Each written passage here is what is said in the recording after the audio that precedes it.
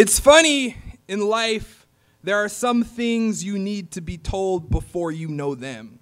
And after, it's as though you've known said thing your whole life. You might look back on the time before knowing this thing and remark, who was I then that did not know X? For instance, basic shit, the classic, don't put your hand on that hot as fuck stove unless you want to leave a layer of your hand behind.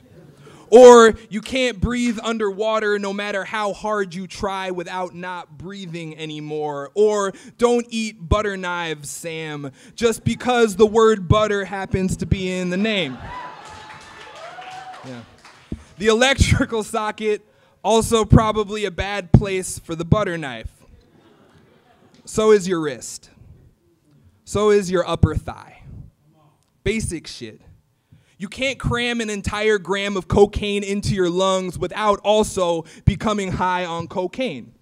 Don't look strange men in the face unless you want them to look back. You can't carry your body around like it's covered in sequins or worth shit without making everyone uncomfortable, Sam. Don't blame the world for how it wants to get its hands around your throat. You're the one who showed up with a throat to begin with. You can't wear that dress, faggot, even if you own one and it's fly. Even if you are one, unless you want to end up dead. All this I learned and been unable to forget.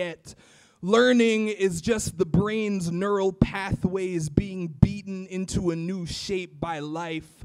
Once you touch a glowing hot stove, some synapse collapses in your head, and you know never to touch a glowing thing again.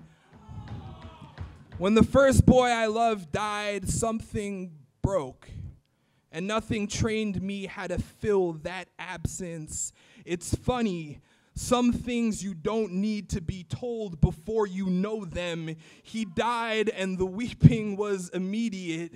An infection tended by white blood, I wept, and everything after was different. I wonder who I was then that did not know grief.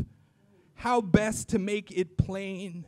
The drugs he'd taken in him, the same drugs I took in me, his body, my body, he died, and my heart started breathing water. He died, and all the knives began to rise up from my skin. Who was I then that did not know love? Language is a bizarre inheritance. How when I say faggot in front of an audience, something inside me starts burning. A stovetop littered with skin, something passed down and calloused. How when I say love, I wonder if it's nothing more than the chemicals flooding my heart and brain. How when I say love, I pray it means something more than that.